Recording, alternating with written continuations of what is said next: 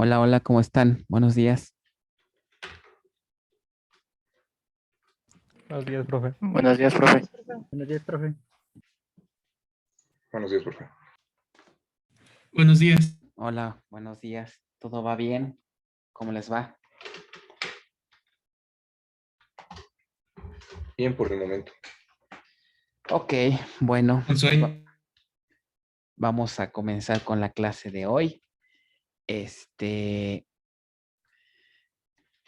¿Cómo van con su práctica uno? ¿Ya la están haciendo? ¿Ya ahí va su ambiente o no?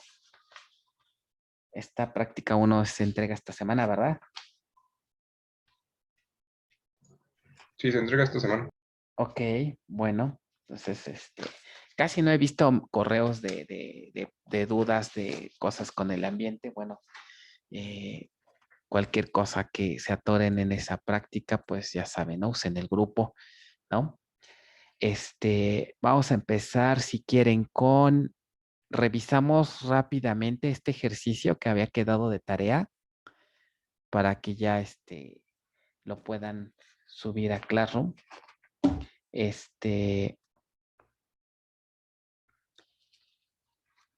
Y ya seguimos con lo demás, ¿no? Entonces, déjenme ver ahorita rápidamente, vamos a ver qué numeritos les quedaron aquí. Denme un segundito en lo que abro esto. Ok. Saben que es que necesito ir por otra carpeta. Denme un segundito, ahorita regreso. Tengo que ir por otra carpeta.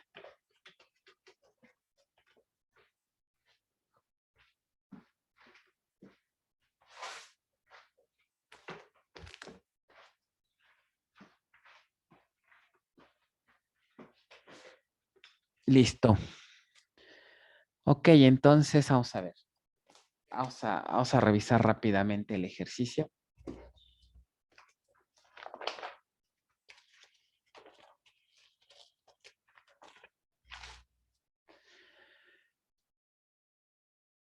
Ok, entonces vamos a ver cómo les quedaron sus números. ¿Quién me dice el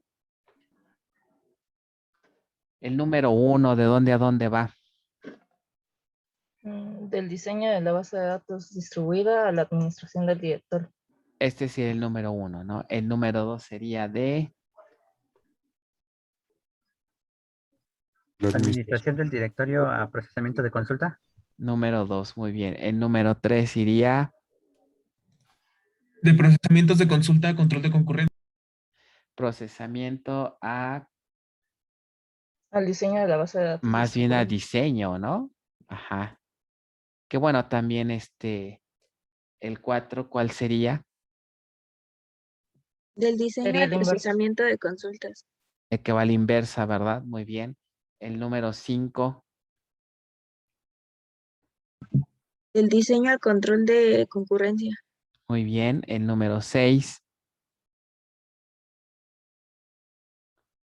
Del Del procesamiento al procesamiento. control de concurrencia. ok. El número 7, De control de concurrencia a administración de deadlocks. administración de deadlocks. El número 8, De confiabilidad a control de concurrencia. ok. El número 9,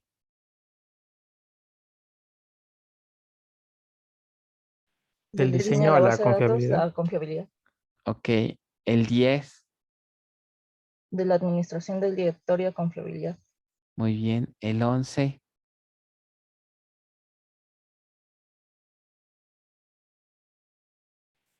Diseño de la base a replicación. diseño de la base a replicación. Ok. Y por último el 12, ¿no? De replicación a confiabilidad. Ok, pues ahí están ya las respuestas. Profe, una pregunta. Adelante. ¿El 11 no debería ser de control de concurrencia a replicación? O sea, la flechita no debería salir de control de concurrencia. Al revés, aquí. No, del de abajo. No, del de abajo. Ah, Ajá, desde el control de concurrencia a replicación. control de concurrencia, o sea, una flechita hacia acá, así. Y tú propones que este es el 11. Ok, si revisamos en el enunciado, ¿qué dice ese enunciado? Dice, existe una fuerte relación entre la estrategia de replicación de datos y el control de concurrencia, debido a que en conjunto deben garantizar la consistencia de datos. Pero más bien nos habla de esta, ¿no? De la 12. Existe una fuerte estrategia de replicación, entre la estrategia de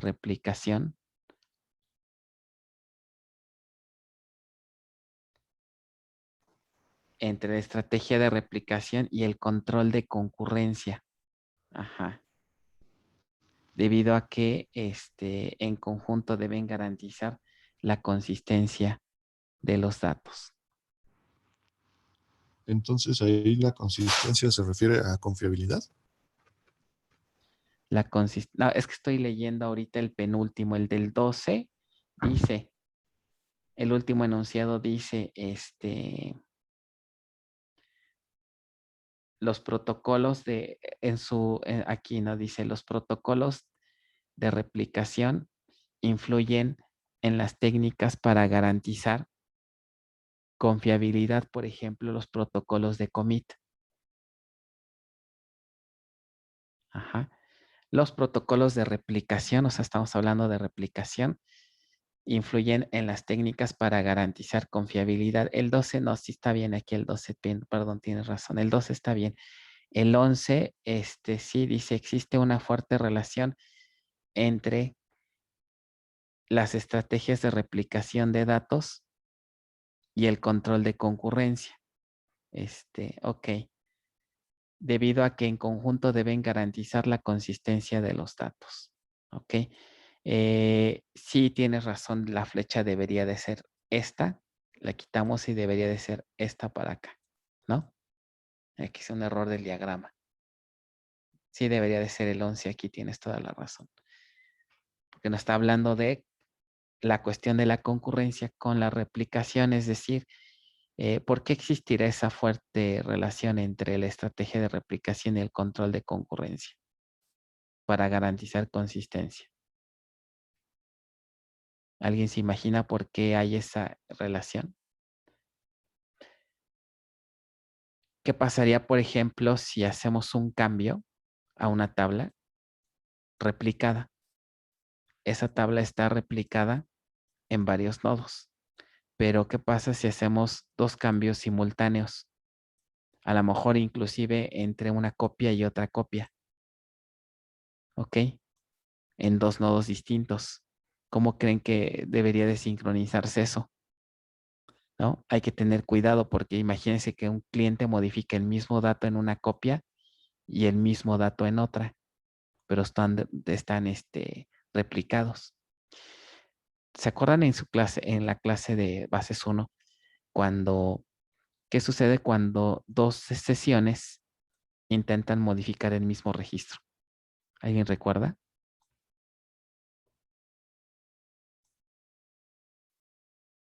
Dos sesiones, S1 y S2, intentan modificar el mismo registro. ¿Qué pasa ahí? Solo deja a la que obtenga el control primero, ¿no? Y a la otra la bloquea. Y el otro la bloquea hasta que termine. Entonces, algo similar debería de suceder porque a pesar de que estemos en nodos distintos, estamos tratando de modificar un mismo registro. ¿Ok?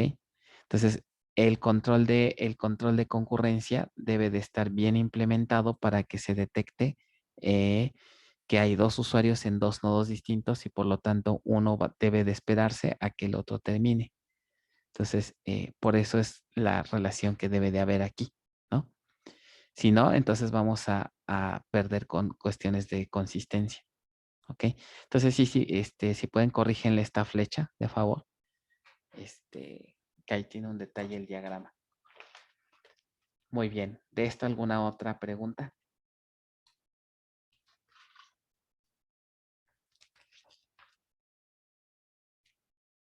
Ok, muy bien. Entonces vamos a continuar con el siguiente punto. Que ya casi estamos por terminar este primer tema. Ok.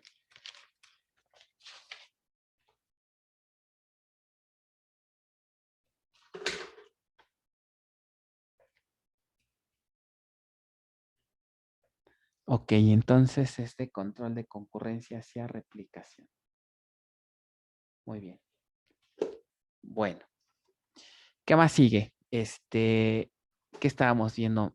Después nos terminamos de ver la clase pasada todos los niveles de transparencia, ¿no? Y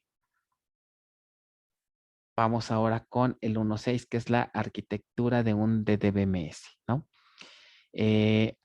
Bueno, hay varias maneras de definir o de describir una arquitectura de una base distribuida. Una de las formas es clasificarlas a partir de estas tres variables: autonomía, distribución y heterogeneidad. La más fácil de entender, creo yo, es esta. Heterogeneidad, ¿se acuerdan que ya habíamos platicado la vez pasada?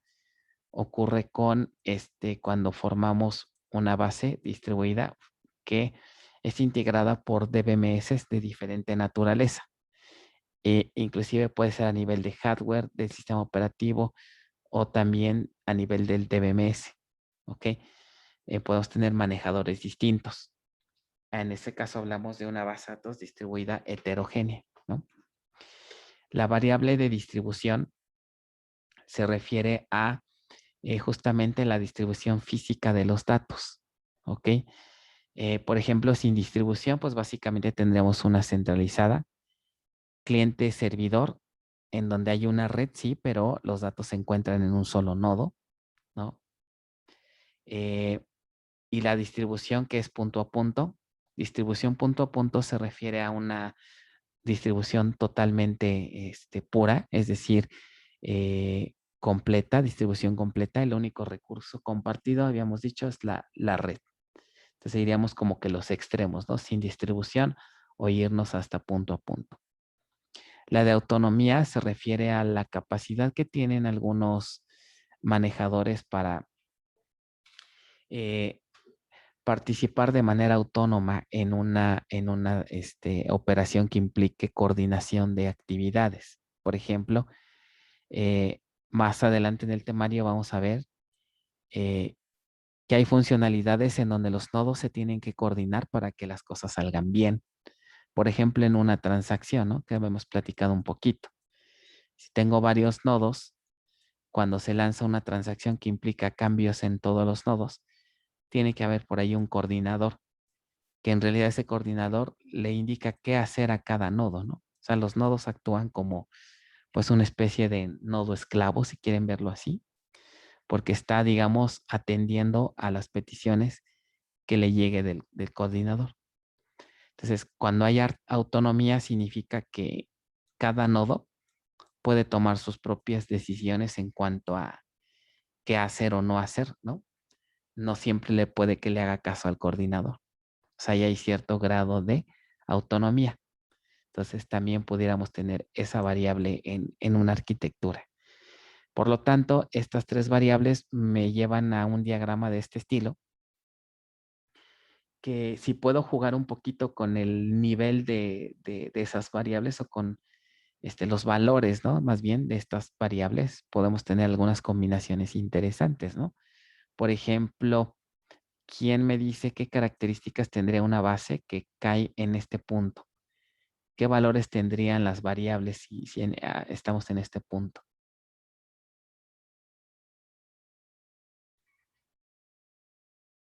¿Qué significa, por ejemplo, la variable de heterogeneidad si estoy en este punto? ¿Qué valor tendría esta variable si estoy sobre el eje Z? Cero. Pero Tiene un valor 0. ¿Qué significaría entonces que tengamos un valor 0 de heterogeneidad? Que son exactamente iguales. Exacto, que son copias idénticas, instalaciones idénticas en cada nodo. Que por ejemplo ese sería algo similar al ambiente que ustedes tienen, ¿no? Cada nodo en realidad es una PDB, ¿no? Como platicamos la vez pasada, pero pues provienen del mismo manejador, de la misma versión, ¿ok? Del mismo software. Entonces hablamos ahí de una heterogeneidad de 0, ¿no? ¿Qué otra variable es 0 ahí? la autonomía. O sea que no hay nada de autonomía, ¿no? Entonces tenemos justamente una base de datos punto a punto. ¿Por qué? ¿Qué valor tiene aquí este punto respecto a este eje? el eje Z de distribución. Esto significa que tenemos una variable que es 100% homogénea, cero autónoma, y la única característica que tiene es que distribuida. O sea, tiene un valor de distribución alto. ¿Ok? Entonces, es una distribución pura, se le llama distribución punto a punto. Solamente hay, la única variable que está jugando ahí es la distribución de los datos. Este es la arquitectura que normalmente trabajamos aquí en el curso, ¿no? Su ambiente va a ser del estilo, ¿no? Bueno, no se cumple al 100% que tengamos distribución, pero eso es por cuestiones de estar en línea, ¿no? Pero bueno, la idea es simular lo más que se pueda una base punto a punto, ¿no? Por ejemplo, ¿qué característica tendría este punto? Que a este punto se le llama una multibase de datos distribuida.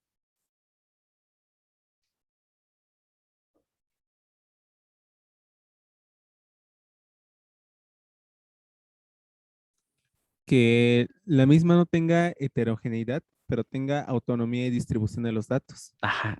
O sea, la heterogeneidad sigue siendo cero, ¿están de acuerdo? No tenemos un valor hacia acá. Es cero. O sea, sería una base que tiene qué características. Es la misma, la misma instalación en cada nodo, pero ahora sí tenemos cierto grado de autonomía y sigue siendo distribuida. O sea, es como tener una base distribuida con las que estamos viendo, pero los nodos son un poco rebeldes, ¿no? Como que pueden tomar sus propias decisiones. Entonces, en ese sentido, hablamos de una base de datos que se le llama multibase de datos distribuida. ¿Ok? ¿Qué característica, como bien comenta aquí, este punto? Que se le conoce como base de datos federada.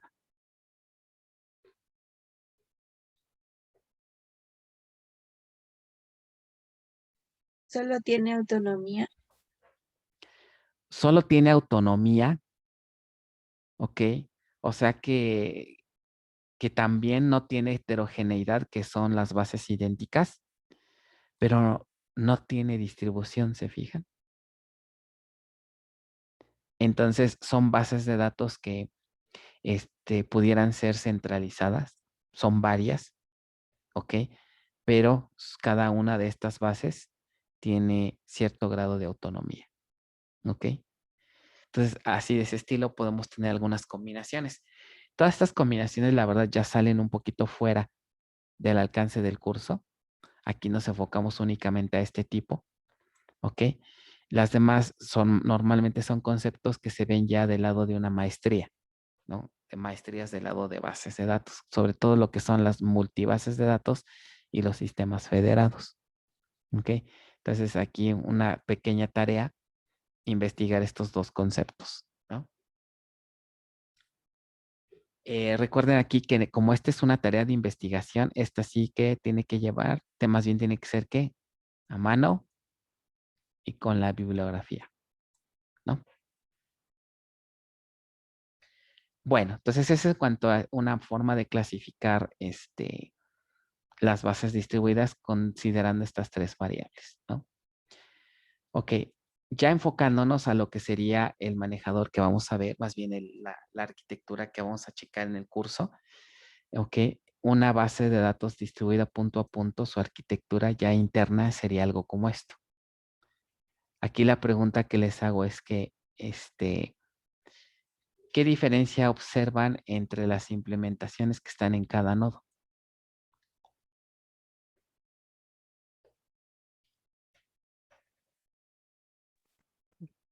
Que son completamente iguales.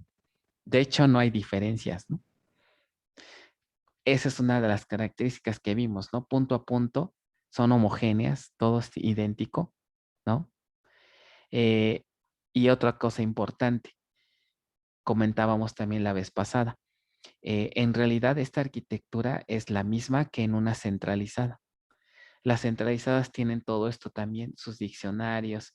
Esto de global y local en realidad es conceptual. El diccionario es uno solo. realmente. Ahí se guarda todo, tanto lo local como los metadatos de un sitio remoto. ¿Ok? Los componentes internos que tiene un manejador tradicional, ¿no? Como es, por ejemplo, el optimizador de sentencias. Cada una tiene su propio optimizador. ¿Ok? Al igual que este otro nodo y así sucesivamente, ¿no? Los componentes que vienen aquí se utilizan tanto en centralizadas como distribuidas, ¿no? Decíamos, no tengo que instalarle un software nuevo o un componente nuevo para que se vuelva distribuida, ¿no? Sino la misma arquitectura que se utiliza en una centralizada se utiliza en un sitio remoto, ¿no? En una base distribuida, perdón. Entonces, básicamente a esto me refiero con toda esta parte, ¿no? Ok. Y pues básicamente con esto estaríamos acabando el primer tema, ¿ok? Bueno. ¿Dudas en general de esta primera parte, de este primer tema, antes de pasar al siguiente? ¿No? Aquí nada más recuerden, el DBMS en realidad estamos trabajando con un RDBMS, igualito al que vieron en bases 1, ¿no? Solamente que estamos habilitando ciertas características cuando empezamos a hacer distribución de datos, ¿no?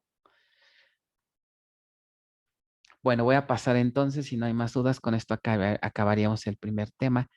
Vamos a pasar a lo que sería el número 2.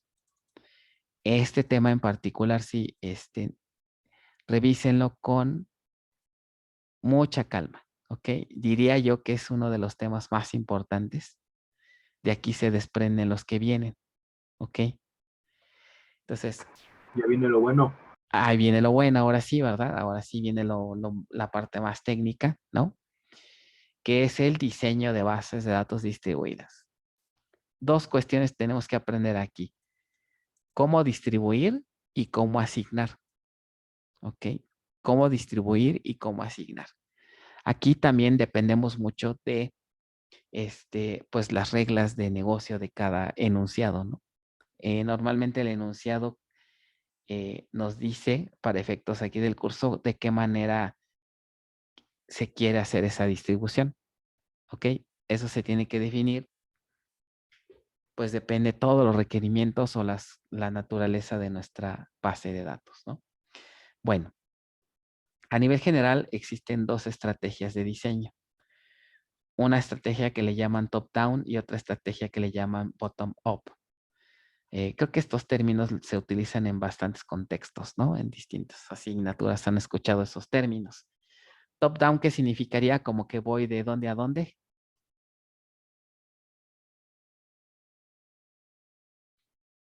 De arriba hacia abajo. De arriba hacia abajo, ¿no? ¿Cómo se imagina? ¿Por qué se le llama así? Porque normalmente ocurre cuando partimos de la nada, ¿no? Tenemos ninguna base existente y de ahí empezamos a hacer distribución, ¿ok?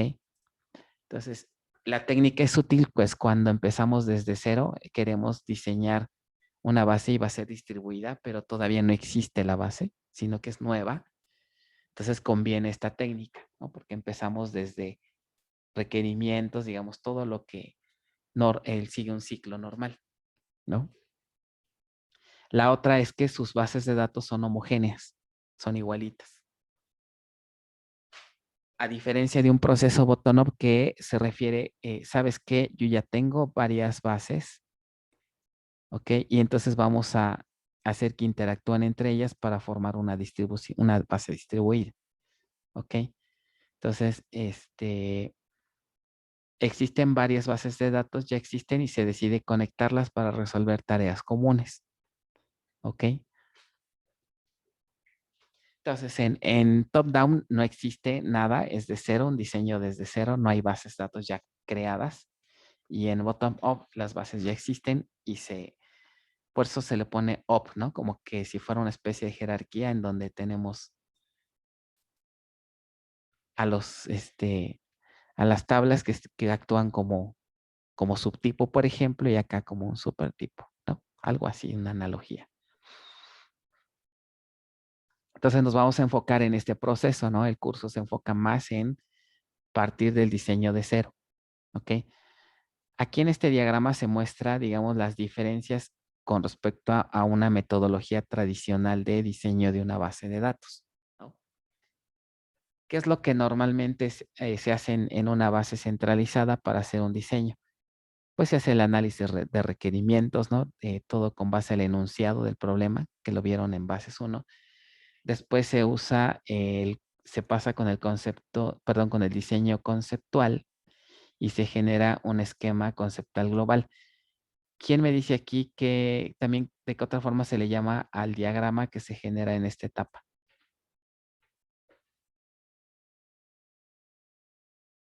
Entidad de relación, el CHEN. Exacto, el ojo con los términos. El modelo entidad-relación justamente nos describe a un diagrama hecho en formato Chen, en notación Chen. ¿Ok? Ya que tenemos ese diseño, entonces pasamos a el diseño de distribución, o inclusive aquí pudiéramos poner el diseño lógico de requerirse, ¿no? El diseño lógico, ¿se acuerdan?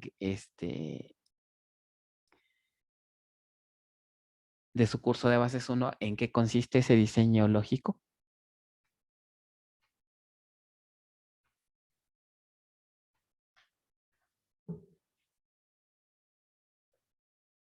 ¿Qué hacían en la etapa de diseño lógico?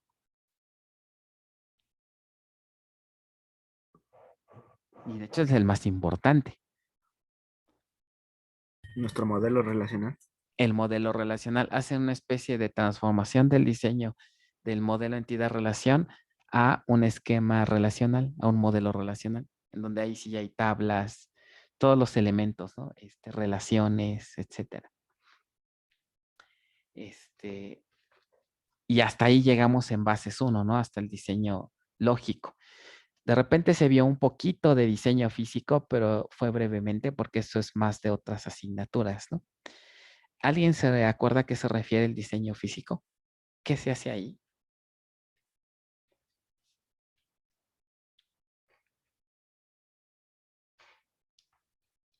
Ya era meterse con los table spaces y ver la distribución.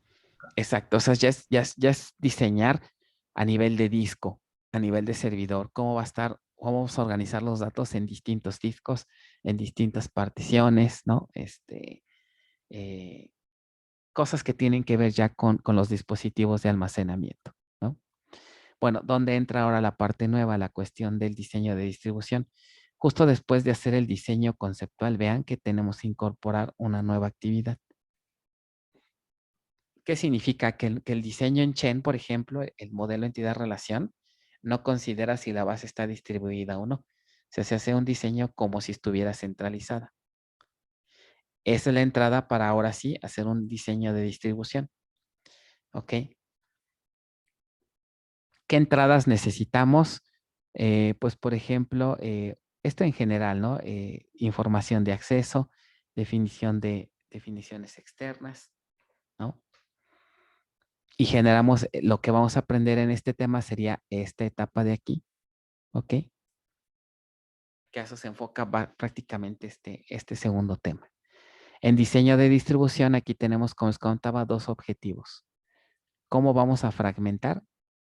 Y hacia dónde, ¿no? ¿Dónde vamos a guardar cada fragmento? Bueno. Entonces, como pueden observar, no varía mucho, ¿no? La metodología en cuanto a una distribuida, solamente agregamos aquí un paso extra después del esquema conceptual. Ok, bueno, entonces ya vimos más o menos qué tenemos que hacer. Tenemos que empezar a hacer fragmentaciones, ¿no? Tablas muy grandes, ya vimos, ¿no? Queremos distribuirlas por los beneficios que comentamos la semana pasada. Entonces aquí viene 3 preguntas que tenemos que respondernos, ¿no? Con la cuestión de la fragmentación. ¿Qué tanto hay que fragmentar? ¿Cómo se debe fragmentar? O sea, ¿qué técnicas de fragmentación existen? Y cómo se asignan una vez que tenemos esos fragmentos, cómo los asignamos a cada nodo, ¿no? Entonces vamos con la primera pregunta, que son los niveles de fragmentación. Niveles de fragmentación indica pues qué tan pequeño es cada pedacito, ¿no? O sea, podemos tener un nivel de nada más de 2 o podríamos tener pues niveles de muchos más, ¿no? Una cosa así.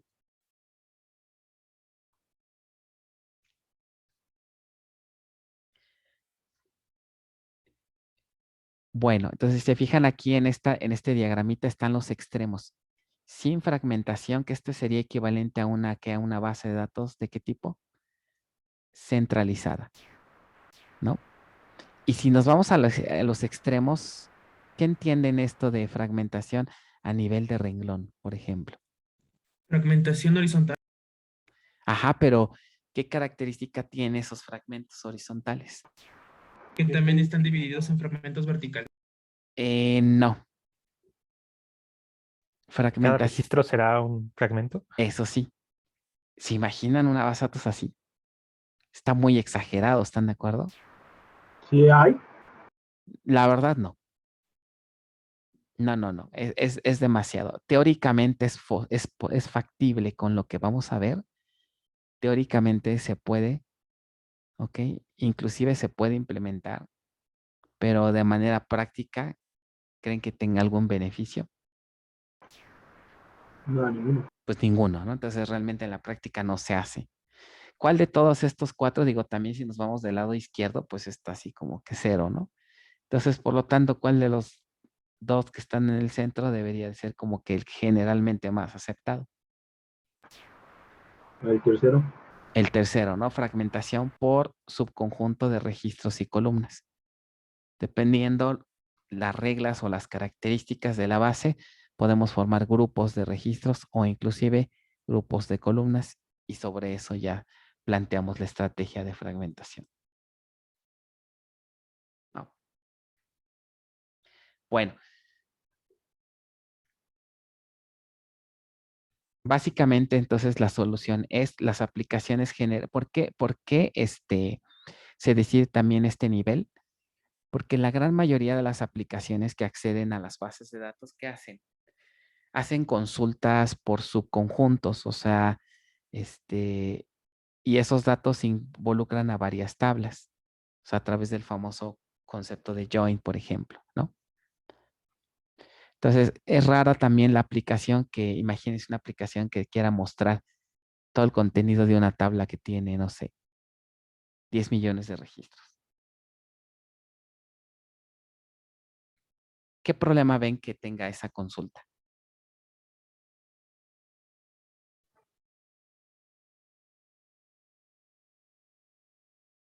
Pues primero se va a tardar un montón en mapear toda la base de datos para encontrar el subconjunto que va a trabajar, ¿no? Exacto, ¿no? Todo el tiempo que se requiere para cargar los datos, ¿no?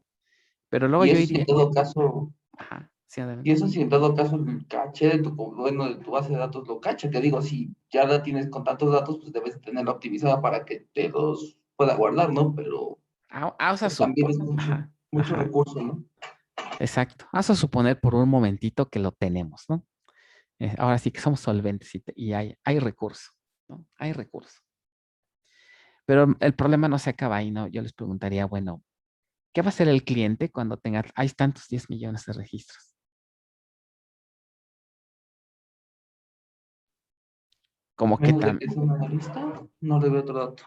como que también el uso que tiene extraer tantos datos a la vez, como que habría que ver, ¿no? Entonces,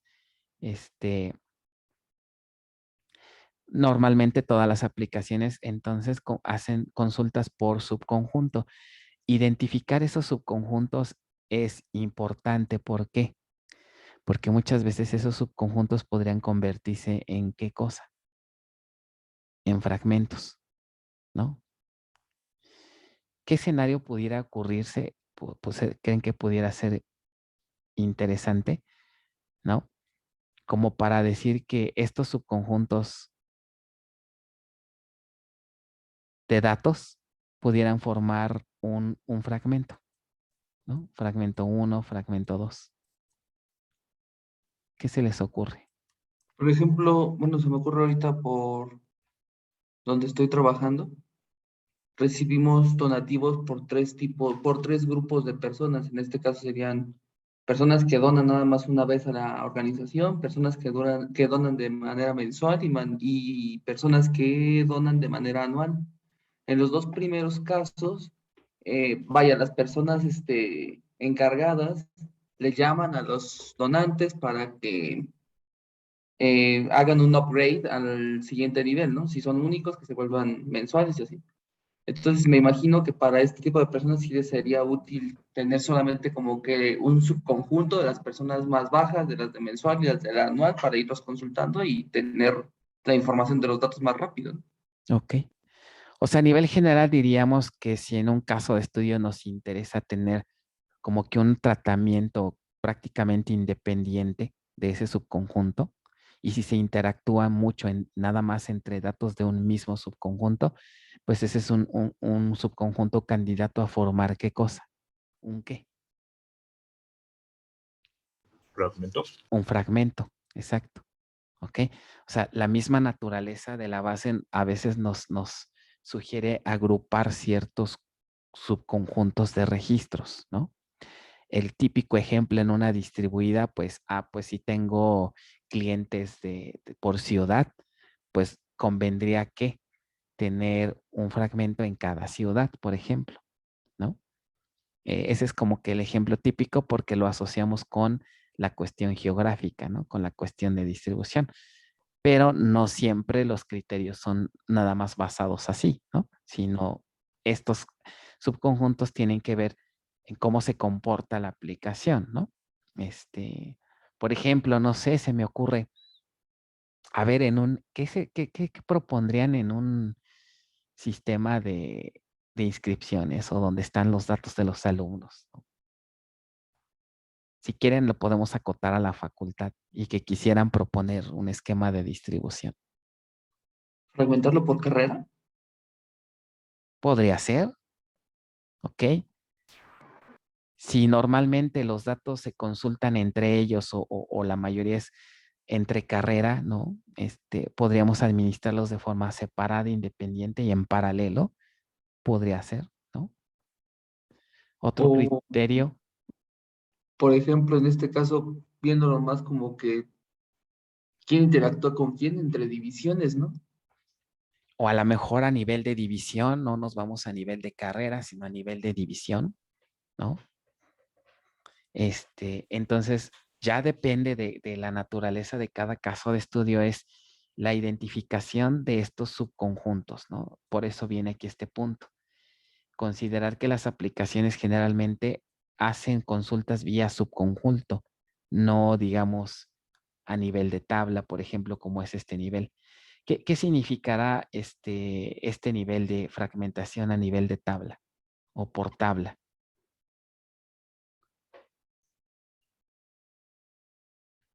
Cada tabla fragmento.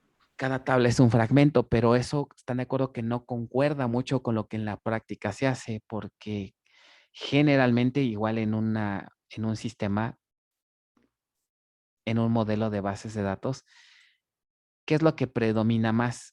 Hacer operaciones de qué tipo? De tipo join, que ni siquiera hacer consultas a tablas solitas, ¿no? La gran mayoría de las consultas que hacen toman datos, registros de aquí, registros de acá y de acá, dependiendo, ¿no?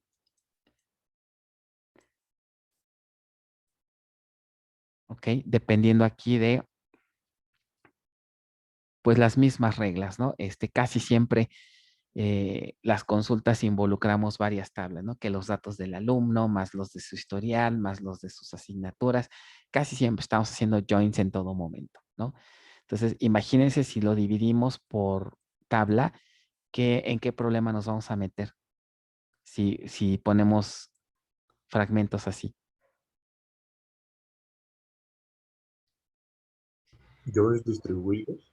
Que si estos están en sitios distintos, ahora vamos a tener un join distribuido. Hacer un join con fragmentos distribuidos es una operación costosa, muy costosa. Si de por sí es centralizada, se considera costosa. Ahora si le metemos distribución, peor tantito, ¿no? Bueno, Entonces, eso es en cuanto a la primera pregunta. ¿Qué tanto hay que fragmentar? La respuesta sería, la técnica más adecuada es fragmentar por subconjunto de registros y columnas. ¿Ok? Y pues eso es lo que casi siempre se utiliza, ¿no? Tendrían que ser casos muy especiales para irnos a otra estrategia, ¿no? Ahora viene la segunda pregunta, que son los tipos de fragmentación. Ya que sé que me gustaría dividir, ahora cómo le hago, ¿no?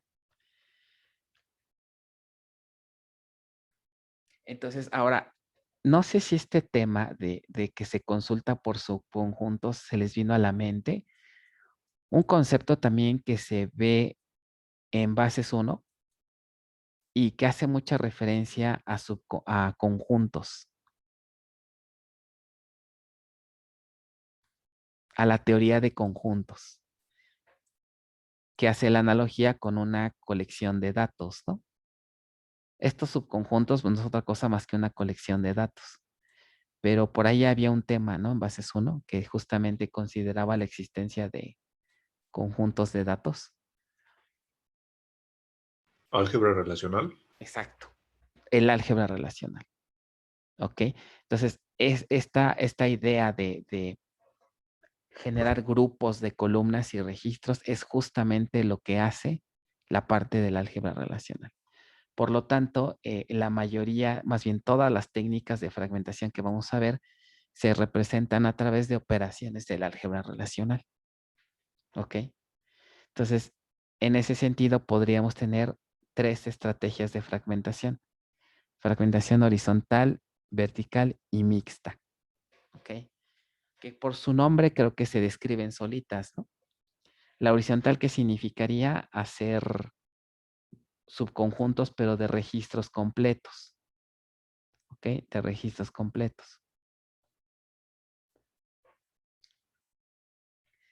¿Alguien recuerda qué operación del álgebra relacional me puede implementar esta idea de formar subconjuntos de registros? ¿Unión? Una unión. Más bien ahí sería cuando vamos al revés, ¿no? Cuando queremos reconstruir algo que ya distribuimos, ¿no? Ahorita sería lo contrario, o sea, ¿qué operación me permite generar esos subconjuntos para después ser distribuidos en otros nodos, ¿no?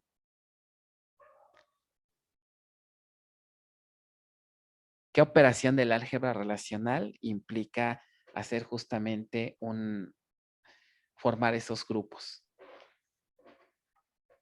Una selección. Una selección. De hecho, si se acuerdan cómo era la sintaxis, la selección de un predicado P aplicado a una relación R. ¿Qué me genera esta operación? Justamente un ¿qué? Un subconjunto de los registros de una tabla. ¿Ok? Entonces va de la mano con esta idea, ¿no? De que vamos a fragmentar por subconjunto. Ahora, en la vertical, ¿qué significaría que tenga una arquitectura como esta? Una fragmentación como esta, vertical. Ahora estoy haciendo subconjuntos, pero de columnas. O sea, Exacto, ahora me interesa agrupar por columnas. A nivel práctico, ¿qué se les ocurre como para decir, a ver, quiero agrupar estas columnas y estas columnas me las voy a llevar a un sitio?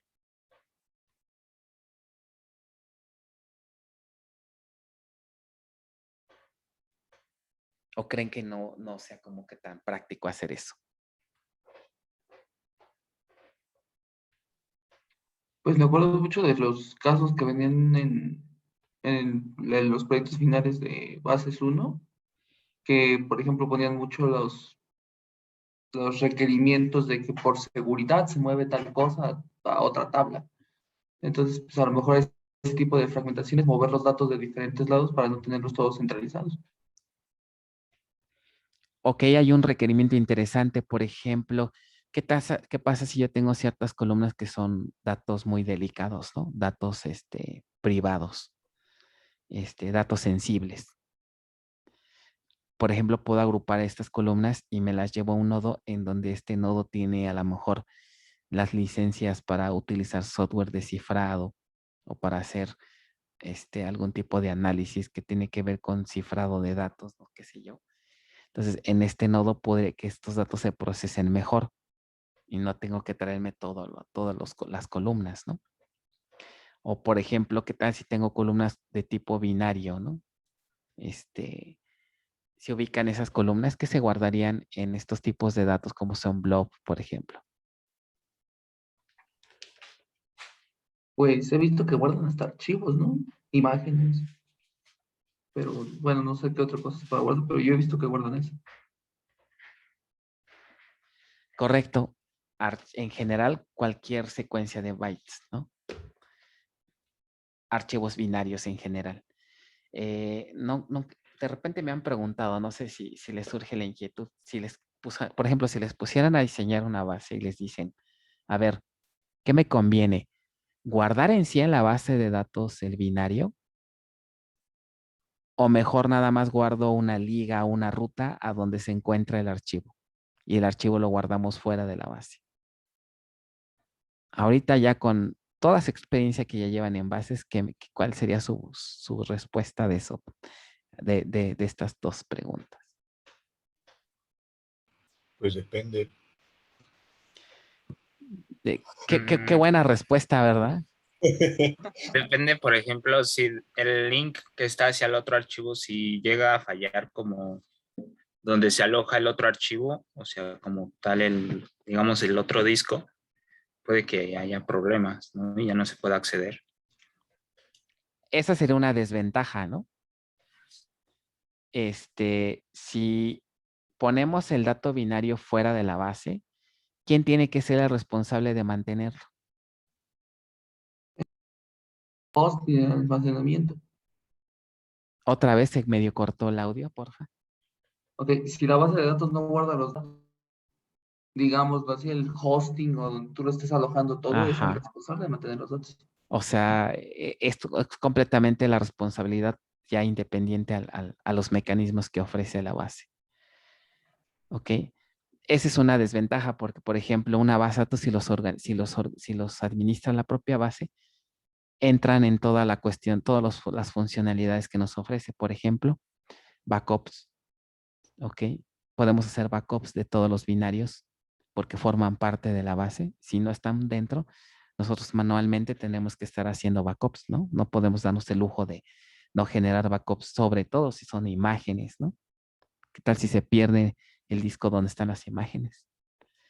¿No? La otra es la seguridad.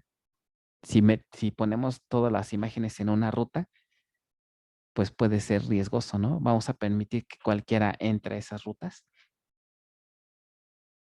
dentro del server, pues no, ¿verdad? Tenemos que protegerlas. Entonces, pero ¿qué pasa si metemos los binarios dentro de la base? Los mismos mecanismos que ofrece en cuanto a seguridad la base aplican a estos objetos, ¿no? Y ya por último se supone, al menos en el manejador que estamos usando, se dice que el desempeño que se obtiene es prácticamente el mismo que si los guardamos en un directorio. Dicen. Entonces, pues quiere decir que en la mayoría de los casos, ¿cuál sería la respuesta? Que sí conviene guardar esos datos al interior de la base. Entonces, asumiendo eso, ¿qué tal si, por ejemplo, esta columna guarda PDFs, ¿no? Con documentos que se suben. Por ejemplo, les pongo un caso práctico. Cuando estaba en INE, no sé si se acuerdan cuando van a sacar su credencial,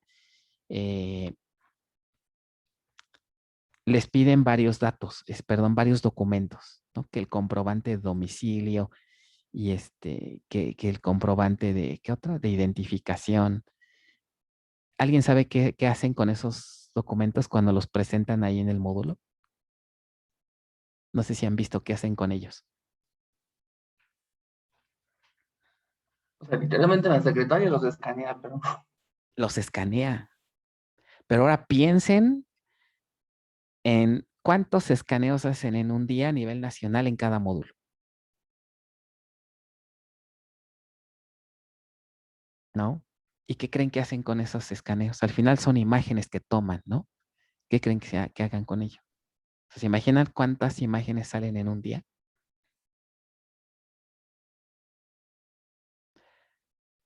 Entonces, ¿qué fue cómo creen qué estrategia de almacenamiento pudiera ser interesante ahí? Pues por blog, ¿no?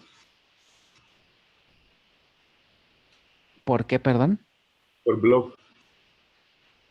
Objeto binario. Ok, o sea, me estaría diciendo que conviene que la base los guarde. Ajá. Eso es correcto. Sí se guardan a través de una base de datos, por las bondades que dijimos, ¿no? Seguridad, backups, etcétera. Pero ¿qué creen? No se guardan como tal en una tabla, porque pues son demasiados, ¿no? Bueno, lo que ocurre entonces es que sí se asocian a una tabla, por así decirlo, ¿ok? Pero en realidad, para no afectar al registro, esta columna lo que ocurre es que se envía a un dispositivo de almacenamiento muy, muy, muy particular, ¿ok? Este dispositivo de almacenamiento tiene la capacidad de guardar grandes cantidades de datos binarios y está especialmente diseñado para ello. Entonces, ¿qué se puede hacer en esta situación? Esta columna que contiene el documento, que es un PDF, puedo formar un fragmento vertical y este fragmento, pues puedo acercarlo a donde se encuentra el server, ¿no?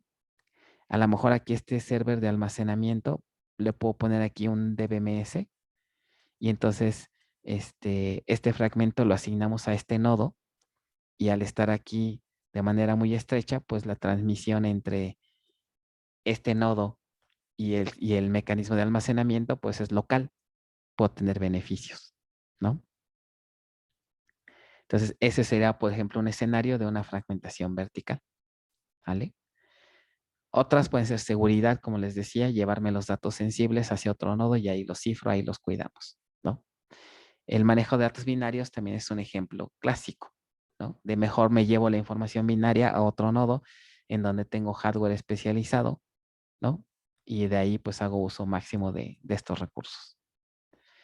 Y por último, bueno, obviamente puede haber que en sentido estricto puede haber una combinación de ambas técnicas, ¿ok? Unas horizontales, otras verticales. A esto se le llama un esquema de fragmentación híbrido. Ahora, en la práctica no es tan, no hay tanto anidamiento, es muy poco. Realmente aquí a lo mejor estoy exagerando con todas estas combinaciones, pero teóricamente se puede, ¿no? Profesor, perdón, toda esta parte del álgebra relacional que estaba mencionando ahorita, ¿en qué tema de base de datos lo puedo repasar? Tema 9, ok, el tema 9 por ahí de las primeras secciones, Ah, ok, muy bien. ok, tema 9, ahí viene todo eso. Y sí, es importante porque aquí lo vamos a retomar. Y de hecho lo vamos a usar en varios temas, ¿no? Ok. Reglas para determinar si una fragmentación es correcta. Este es un punto importante. A la hora de hacer nuestro diseño de distribución, debemos de tener cuidado de cumplir con estas reglas, porque si no las cumplimos, podríamos generar problemas de consistencia en los datos. ¿Ok? Entonces, ¿a qué me refiero con estas reglas? Bueno, vamos a revisarlas. Son 3: regla de completitud, regla de reconstrucción y regla de exclusión. Regla de completitud. ¿A qué le suena esa regla? Antes de leer completitud. El teorema de Gödel. Otra vez, perdón. Teorema de Gödel. Y ese dice que El sistema puede ser completo. ay, casi no se escuchó, pero bueno, creo haber entendido más o menos. La regla de completitud, ¿qué me diría? Que cada uno de los registros que voy a fragmentar siempre debe de estar ubicado en dónde. en algún fragmento. O sea, no podríamos hacer una división de datos sin asignarle su fragmento. ¿Ok? Entonces la definición formal dice, si una relación R se descompone en n fragmentos R1, R2 hasta Rn, cada fragmento FR, ¿ok? Más bien, cada dato que integre a la relación R debe de ser incluido o debe de ser encontrado en alguno de los fragmentos. O sea,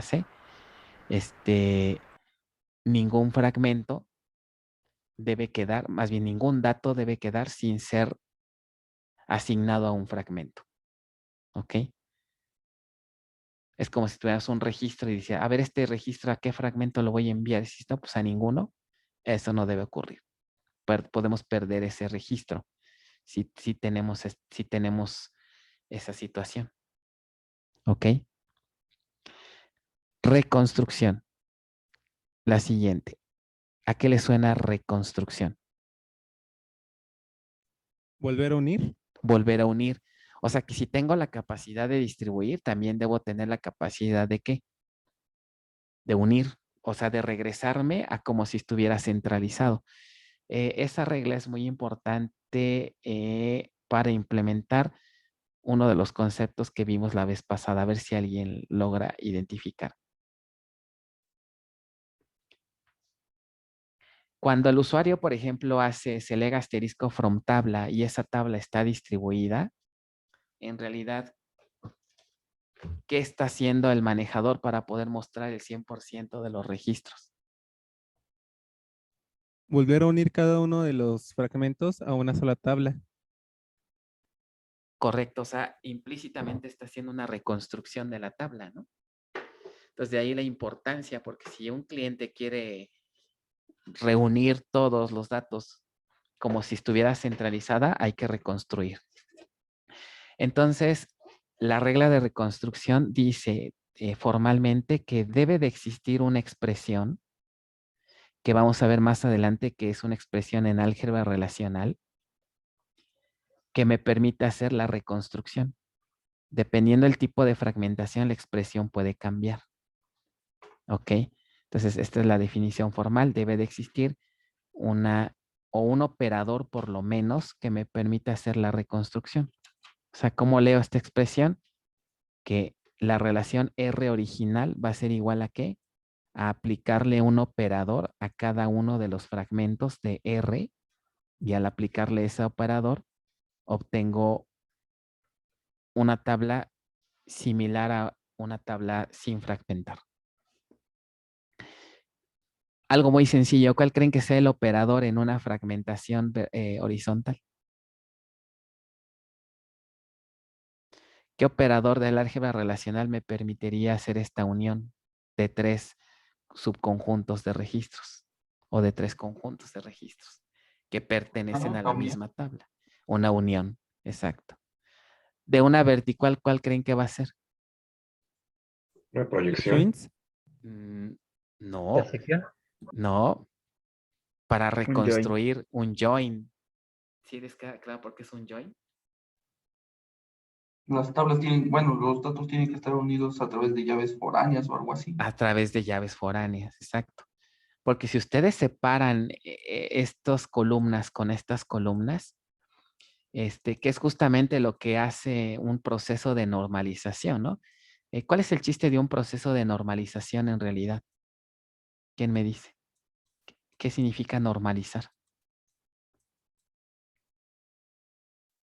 En realidad, ¿qué hace la normalización?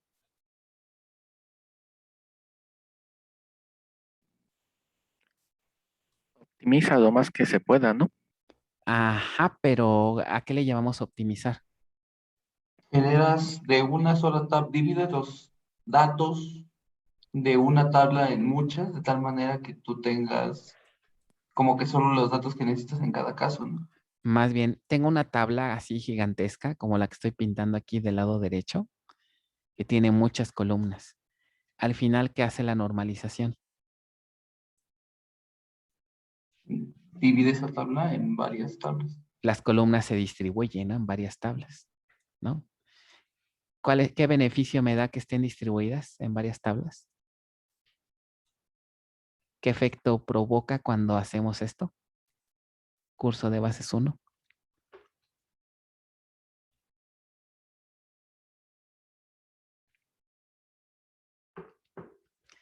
Ahí ese tema de normalización, ¿verdad? Como que es bien importante. ¿Redundancias? Exacto. El dividir, el pasar las columnas aquí nos permite agruparlas en entidades y estos atributos suelen ser atributos naturales de cada entidad. Y al dividirlos, el efecto que da es que la redundancia disminuye. Y si la redundancia disminuye, ¿qué probabilidad hay de inconsistencias? También disminuye. Ese es el objetivo de normalizar. Quitar redundancias que pudiéramos tener en una sola tabla y por lo tanto reducir el riesgo de inconsistencias. Pero hay un costo que tenemos que pagar, ¿no? Que es justamente lo que estamos viendo. ¿Qué pasa si un cliente, más bien un usuario, quiere mostrar otra vez una vista o un resultado de una consulta en donde aparezcan columnas inclusive de todas las tablas? ¿Qué tal si quiere poner C1, C2, C3, pero por efecto de normalización están en tablas distintas? ¿Qué tenemos que hacer para que esto sea posible, para que pueda obtener una consulta como esta? ¿Qué es lo que nos enseñaron en bases 1?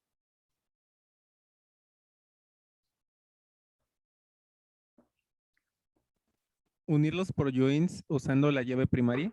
Exacto. Los famosos conceptos de join. Cuando lanzamos un join entre varias tablas es porque quiero hacer una especie de reconstrucción, ¿no? De unir columnas que están divididas en varias tablas por el efecto de un nivel de normalización. Entonces, ¿cómo lo resolvemos? A través de operaciones join. Entonces, justamente es lo que ocurre acá.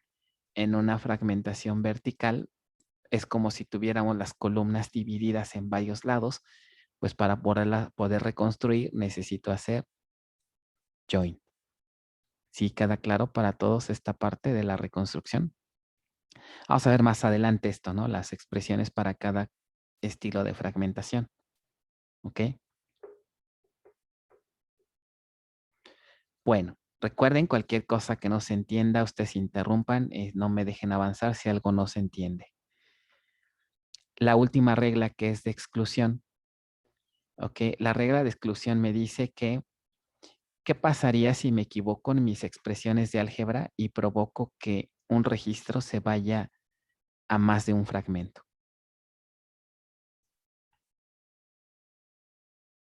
¿Habrá algún problema?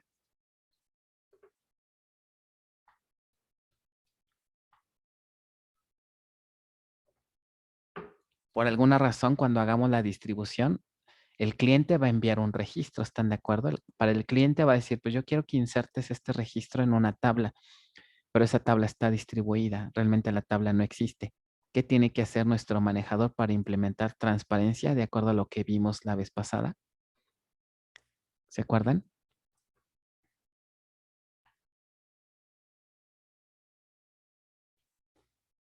El usuario lanza un insert, pero la tabla no existe centralizada, está distribuida en 3 nodos. Vamos a suponer que tiene 3 fragmentos horizontales, así. ¿Qué tendría que hacer la base de datos cuando recibe los datos de este registro? Una unión. Pero una unión entre quién y quién. Es una operación de inserción. ¿Se tendría que hacer un update a todas las tablas relacionadas? Pero es una inserción. ¿Por qué sería un update?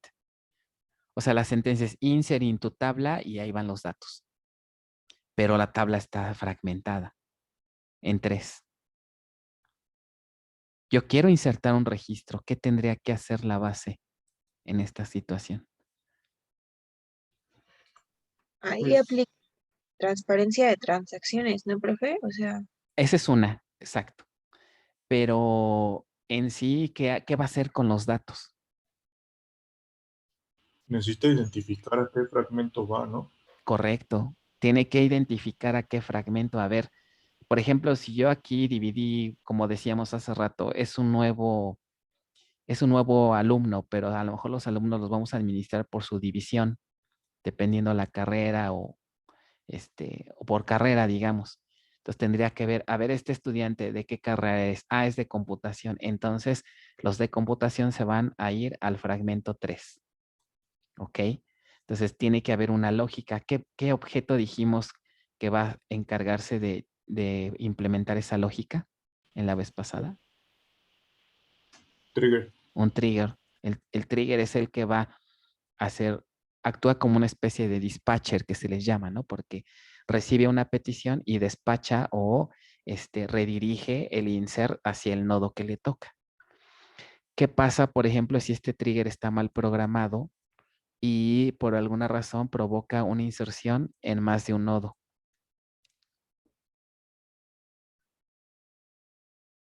¿Creen que esté Genera bien o inconsistencias, ¿no? va a generar más bien un registro qué? Duplicado. O sea, vamos a tener a Juanito López en dos fragmentos. Entonces estamos generando duplicidad de datos. Eso no debería de existir. De aquí que la regla de exclusión. Si una relación R es horizontalmente descompuesta en fragmentos F de R, cada tupla o registro de R debe ubicarse a lo más en uno y solo un fragmento. Es decir, los datos contenidos de los fragmentos deben ser como mutuamente excluyentes. Si vamos a dividir horizontalmente, ¿están de acuerdo que cómo deberían de verse los conjuntos? ¿Sin qué? Sin traslapes, ¿no? Una cosa así. Porque si hacemos esto, ¿qué pasa con estos registros?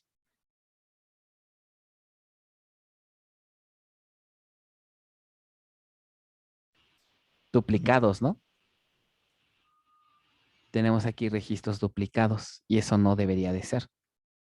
Imagínense a la hora de que hagamos la reconstrucción, si tenemos registros duplicados, ¿qué va a pasar con ellos? A la hora que hagamos la unión, puede que estén los dos aquí. Entonces, esta es regla importante, ¿no? Cuando estemos implementando transparencia, los registros tienen que ser asignados a un solo fragmento. Vamos a ver más adelante que esta regla no aplica cuando es una fragmentación vertical, justamente por el efecto del join que tenemos. ¿Ok? Pero eso lo explicamos en su momento. Bueno, ¿dudas en cuanto a las reglas de fragmentación? Traten de tomarlas muy en cuenta porque en la mayoría de los casos, cuando en un examen parcial se equivocan, es porque sus reglas de fragmentación no cumplen, perdón, sus expresiones de fragmentación en álgebra no cumplen con estas reglas. Ahí es casi donde siempre se equivocan. ¿Cuál es el tip que les daría? Cuando estén fragmentando una tabla, validen, verifiquen que sus expresiones de fragmentación cumplan con las 3 reglas. Con eso garantizan de que pues muy probablemente su ejercicio va a estar correcto.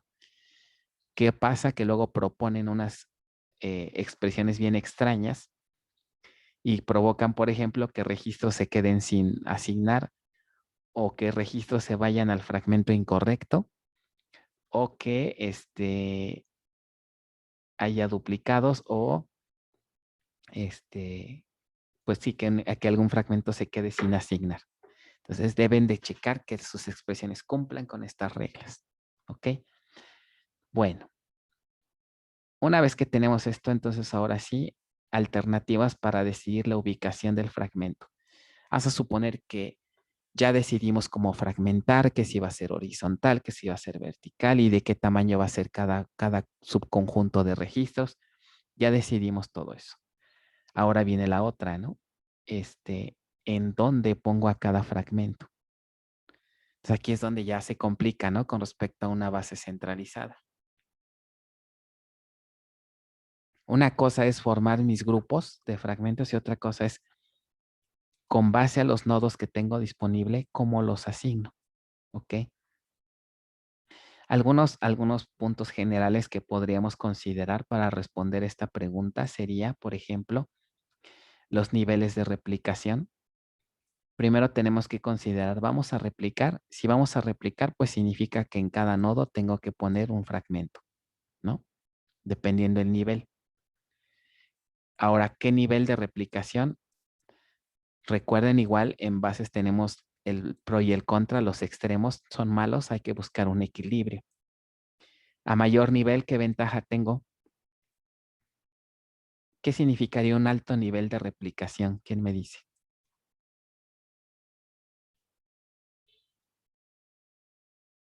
Los fragmentos están repetidos en varios nodos. Exacto, que tengo los mismos datos en todos los nodos, ¿no? Ahora, ¿qué ventaja y desventaja tendría un nivel alto de replicación? ¿Quién me dice una ventaja? La alta concurrencia. Ujú. Pero sobre todo para consultas. Ojo, no es lo mismo hacer cambios, ¿no? En consultas, ¿cuál sería la ventaja de tener concurrencia? Que no haya accesos remotos. Que no haya accesos remotos. Todos los clientes podrían conectarse al sitio más cercano y de ahí hacen la consulta. O si están local, pues mucho mejor. Como los datos están repetidos en los nodos, no me evito los accesos remotos. Y eso es algo bueno, ¿no? Los accesos remotos es de lo más costoso. Ahora, ¿quién me dice una desventaja? Pues habría que mantenerlos sincronizados a todos. Ay, perdón, perdón. La Sí. Exacto.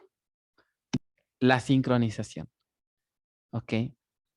Ese es el gran problema. Si hago un cambio, necesito sincronizar. Y ahí que tengo que ver, ¿no? Hay también técnicas de sincronización, asíncrona y síncrona. Ya veremos en su momento. Entonces, el impacto viene más bien del lado de operaciones de ML. O sea, la replicación se va a ver muy beneficiada si tengo consultas, pero si tengo DMLs, ahí es como que lo contrario, ¿no? Entonces, ese es un punto. ¿Qué tanto vamos a replicar? Va a impactar entonces en qué sitios vamos a poner cada fragmento. Otra, la ubicación de las aplicaciones que acceden a los datos. Si, como decíamos en clases pasadas, ¿no? Lo adecuado es que los datos se encuentren lo más cercano del cliente o de la aplicación que los utilice. ¿Ok? Entre más cumplamos este punto, mejor desempeño podemos tener.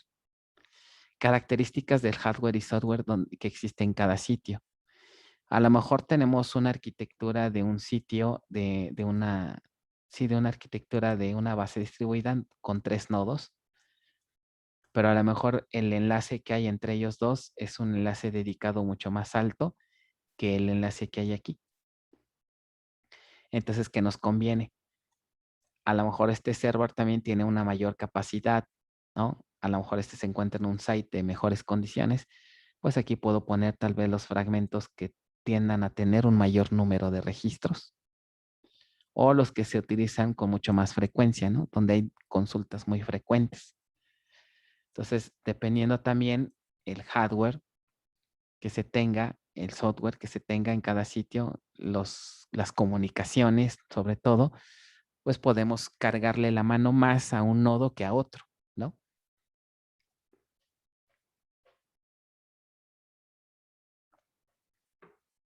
Y otro punto que también es bien importante, no nada más hay que, pues tú vete a este nodo, tú vete al otro, ¿no? También hay que considerar las consultas. Si dividimos así, puede que la cantidad de operaciones join que se hagan, como vimos acá en normalización, ¿qué pasa si esto lo llevamos a una distribuida? Podríamos tener el caso extremo en donde cada tabla, o más bien cada fragmento, pues está en un nodo distinto. El problema es que si las consultas que hacemos casi siempre involucren joins entre todas estas tablas, va a ser costoso. Porque de por sí hacer un acceso remoto es costoso. Ahora un join distribuido es mucho más costoso. Entonces, a medida de lo posible, hay que tratar de evitar operaciones join entre fragmentos que estén en nodos diferentes. Si están en el mismo, qué mejor. Digo, no siempre igual y se cumple la regla al 100, pero sí lo más que se pueda, ¿no? Eso se puede identificar igual con la naturaleza de la aplicación. Si una aplicación, por ejemplo, en la gran mayoría de los casos hace joins entre 3 tablas, ¿qué nos conviene? Que es que los fragmentos de las 3 estén en el mismo nodo. Fíjense bien cómo podría ser una arquitectura. Tengo 3 tablas divididas así. Vamos a poner T1 con 3 fragmentos. 1, 2 y 3. Tengo T2 que también está dividida así.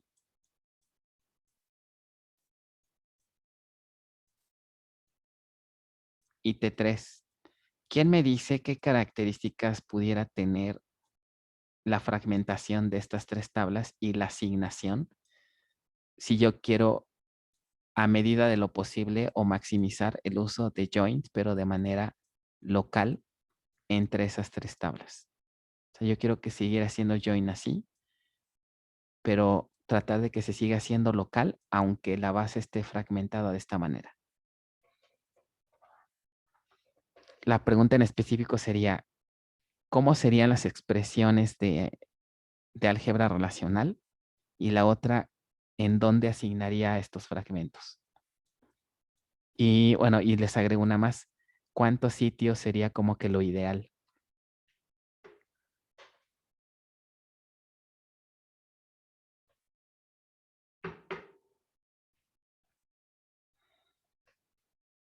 Ujú.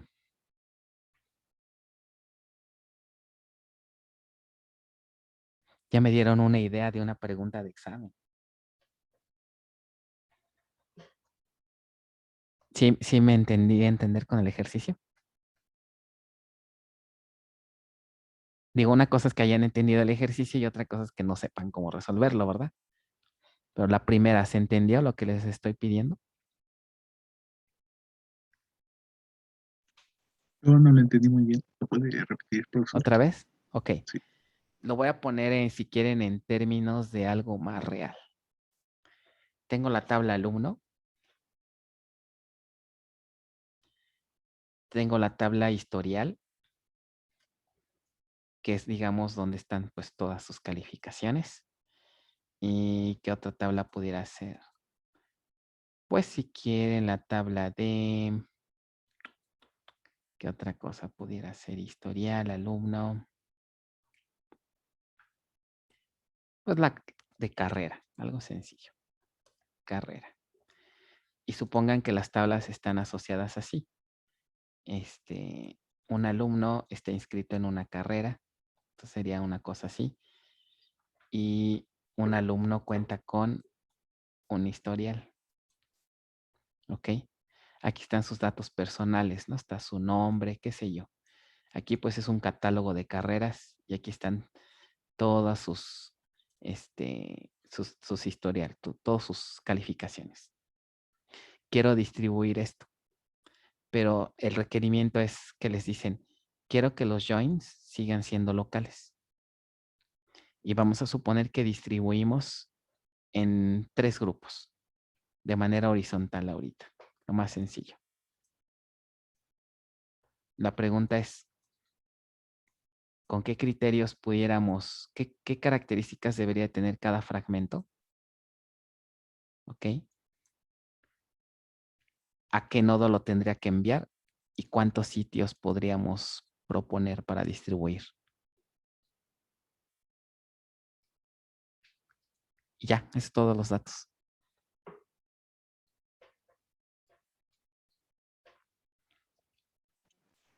Pues podríamos hacerlo por carreras, ¿no? Bueno, diferentes carreras, cada una con un sitio, y de ahí, de acuerdo a la carrera, también los alumnos y su historial de cada alumno de la carrera. O sea, tú propondrías que hubiera un sitio por cada carrera.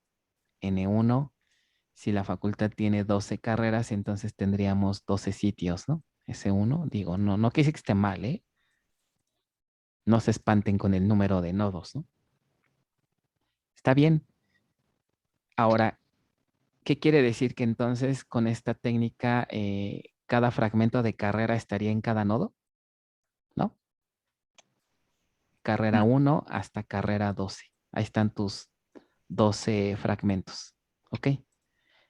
Ya resolviste el de carrera. Hasta de ese 1 hasta ese 12. Bueno, suponen que son 12 carreras, ¿no? ¿Qué pasa con las otras tablas? En alumnos sería hacer una horizontal dividiendo por carreras. Exacto. Los fragmentos que generemos aquí de alumno también tienen que seguir el mismo esquema de quién? De carrera, ¿no? ¿Y qué pasa con historial? En historial se va a guardar donde se guarde su alumno, ¿no? O sea, historial es como una cadenita, ¿no? Los fragmentos de alumno siguen el esquema de fragmentación de quién? De carrera, y lo del historial siguen a alumno. ¿Sí lo ven todos? ¿Por qué decimos que su esquema debe de seguir el esquema de la otra tabla? Aquí tendría C12, A12 y H12. ¿Por qué decimos que, sí me explico por qué utilizamos este término de que alumno sigue el esquema de fragmentación y historial sigue el esquema de alumno? ¿Sí se entiende eso o no? Sí, profesor. Ok, entonces ahora, ¿por qué razón hicimos esa técnica? Pues no sería estrictamente necesario, pero para cumplir el Ajá. momento de los joins locales, ¿no? Exacto, esa es la razón. En estricto sentido, no es necesario justamente hacer esta técnica, pero si queremos maximizar el uso de estos joins, entonces utilizamos la técnica de en un mismo nodo guardar los registros relacionados, porque si un buen día llega un cliente aquí de un usuario, quiero que me traigas, por ejemplo, todos los datos, tanto de los alumnos como de sus carreras, como de sus historiales, pero de todos los alumnos de computación. ¿Qué creen que va a ser el manejador para agilizar esto? Aprovechando pues que tenemos la base distribuida. Solo se va a ir al nodo que tiene a los de esa carrera, ¿no? Solo se va a ir al nodo exacto. Y como quieren nodos de varias tablas, los joins se van a hacer entre quién y quién. Entre ellos, de forma local. Y garantizo que los datos es lo mismo a que si los tuviera centralizados. ¿Qué beneficio obtuve aquí? Que no tuve que hacer joins con el 100% de los registros de la facultad, solamente con los de computación. Ahorro tiempo y joins locales. ¿Se me dan cuenta? Ahora, ¿qué pasa si llega otro cliente y nos manda una consulta más canija y nos dice, yo quiero los datos de los alumnos, su historial y la carrera, pero de todos los alumnos que estén cursando, que sean de nuevo ingreso? Es la condición. Quiero todos los datos de los estudiantes con todo su historial, su carrera, pero de los de nuevo ingreso.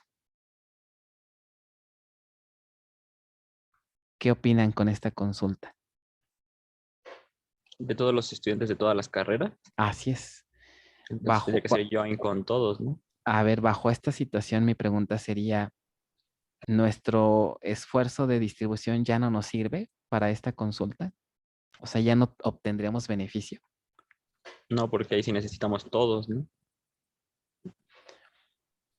Pues, ¿qué creen? Aunque necesitemos de todos, sí hay beneficio. ¿Dónde creen que esté el beneficio? Al unir el historial y el alumno. Más o menos, pero no tanto a nivel local. Al filtrar los datos en cada nodo. Ajá, pero ¿qué más? O sea, no puedo decir me voy a ir a un nodo en particular. ¿Por qué? Porque puede haber alumnos de nuevo ingreso en ¿dónde? En los 12 nodos, ¿no? ¿Están de acuerdo? Puede haber alumnos de nuevo ingreso de computación, de electrónica y así. Entonces no puedo aplicar la técnica anterior, ¿no? De que vete a un solo nodo y ya me ahorro a los demás. Por ese lado no puedo. pero ¿qué otra cosa sí me puede beneficiar? ¿El paralelismo? El paralelismo. ¿Ok? Al ser nodos distintos y hacer hardware distintos y componentes diferentes, perfectamente puedo enviar n peticiones concurrentes para que cada una trabaje independiente. Y como los datos con los que trabajan son de menor tamaño, si por ejemplo una consulta centralizada se tarda 10 segundos en escanear la tabla completa, ahora si la distribuyo así, ¿cuánto me tardaría en procesarlo, la consulta? Si lanzo todo al mismo tiempo.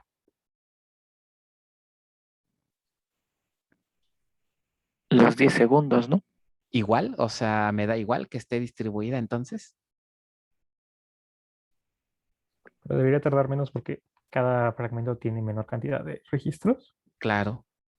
Pues se tardaría un doceavo del tiempo, ¿no? Más o menos. Asumiendo una distribución aprox homogénea. Si centralizada se tardaba 10 segundos, escaneando todo el universo de los registros, pues ahora si los tengo divididos, ya no voy a escanear. Bueno, voy a escanear todos, pero en paralelo, ¿no? Cada nodo va a escanear su pedacito. Entonces, en teoría, más o menos aprox un doceavo del tiempo, ¿no? Y como es en paralelo, el tiempo total sería un doceavo de lo que se tardaría una base centralizada, aproximadamente. ¿Ok? ¿Esto se dan cuenta del beneficio?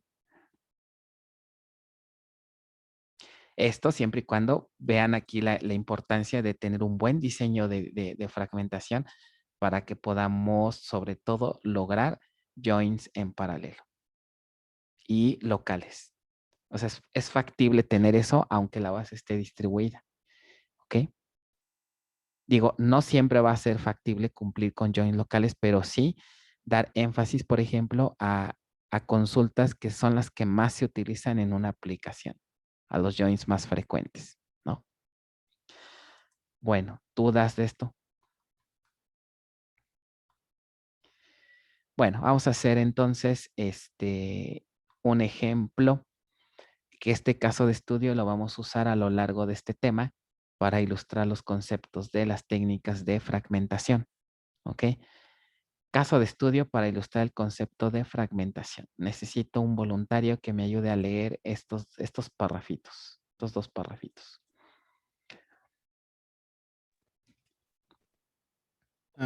Una empresa decide distribuir los datos de sus empleados y los datos de los proyectos en los que trabajan.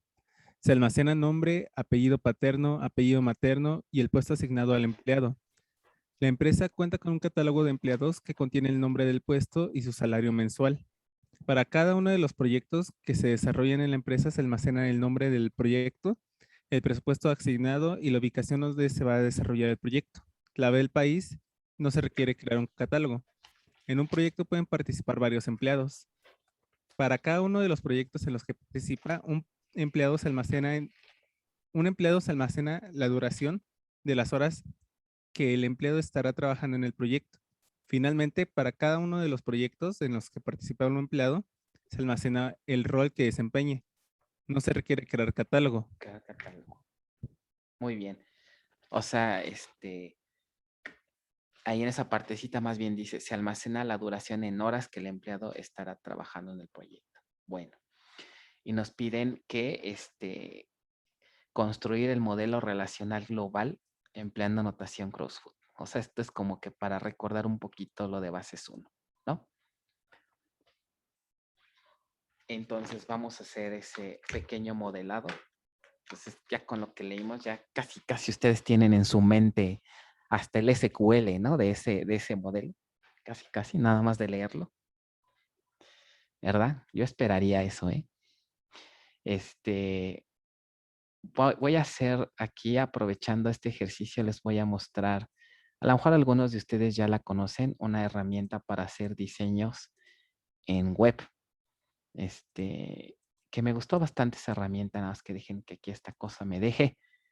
De repente estas ventanas de Zoom me meten ruido. No me deja cerrarla. No me deja abrir el browser. ¿Qué está sucediendo? A ver.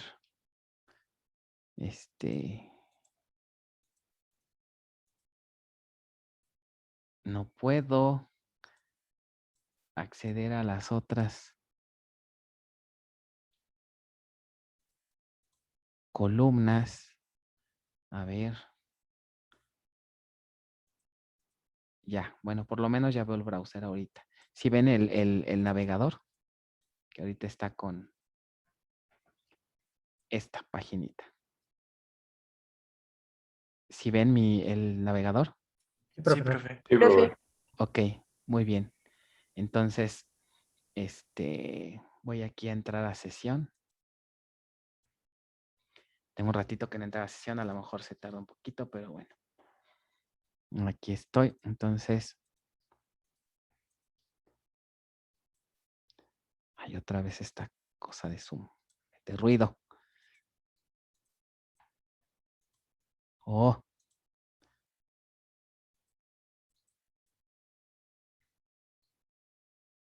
Es que creo que tengo que cerrar esto, ¿verdad? Aquí en el dashboard. Ok. Esta herramienta pues permite generar modelos relacionales y pues tienen las notaciones bastante bien, muy parecidas a las que vemos aquí en la facultad. El único detalle es que pues es gratuita, pero está media limitada, ¿no? Y de repente pone cosas como esta de que pues espérate unos segundos, ¿no? Y luego ya empiezas. Y si no, pues compra, ¿no? Casi, casi. Pero bueno. Entonces, vamos a hacer aquí un modelo que justamente me ayude a implementar este ejemplo. Entonces voy a crear aquí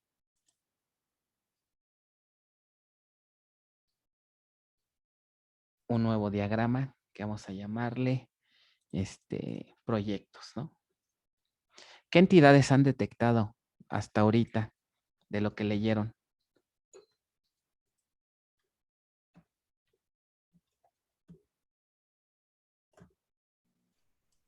Empleado, empresa, Empleado. Vamos a ponerle empleado. ¿Qué atributos dice que se guardan del empleado? Nombre, apellido paterno, apellido materno y el puesto asignado. Nombre. Su tipo de dato, pues ahorita vamos a poner lo que es un varchar, ¿no? Más o menos. Varchar. Ok.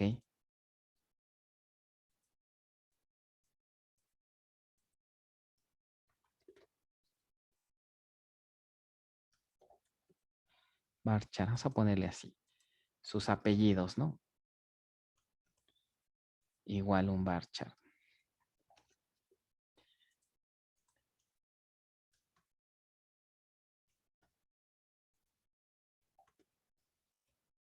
Varchar. ¿Qué otro atributo ubican? Creo que hasta ahorita, ¿no? Ahora, ¿quién sería la llave primaria?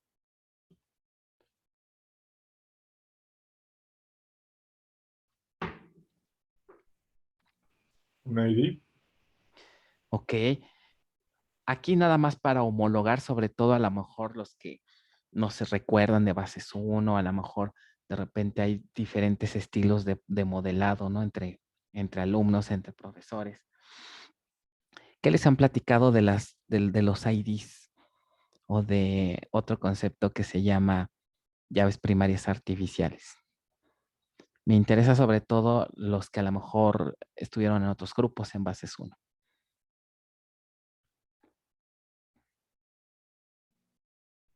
¿Quién me dice Pues cuál es la que la idea de las llave, artificiales? Adelante.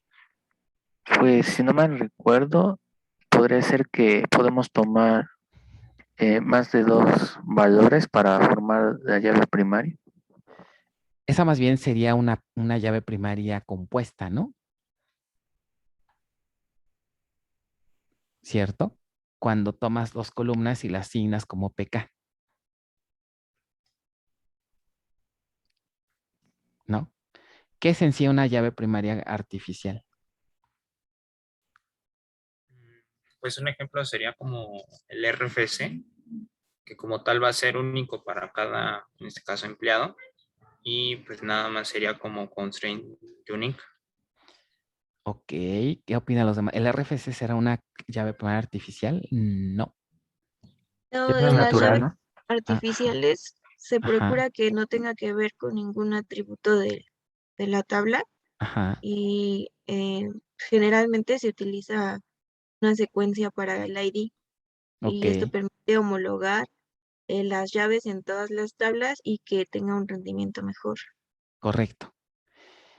Hago énfasis en eso porque la verdad, déjenme decirles que hay veces que eso como que no les se los explican bien, ¿no? O se nos olvida o algo pasa. Piensen en el siguiente escenario. Por ejemplo, guardan los datos de un empleado. Y vamos a suponer, ahorita no es el caso, pero supongan que les dicen, se guarda el RFC de empleado. Cuando hacemos diseño conceptual, ¿quién pudiera ser la clave principal de esa entidad, empleado?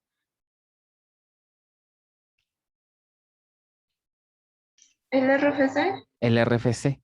¿Y qué pasa cuando lo llevan al modelo relacional, cuando lo transforman? ¿Quién generalmente proponen que es la PK?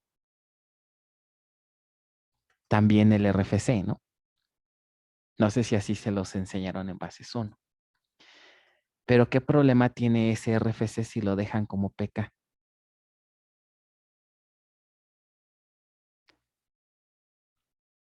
No Es una cadena muy larga.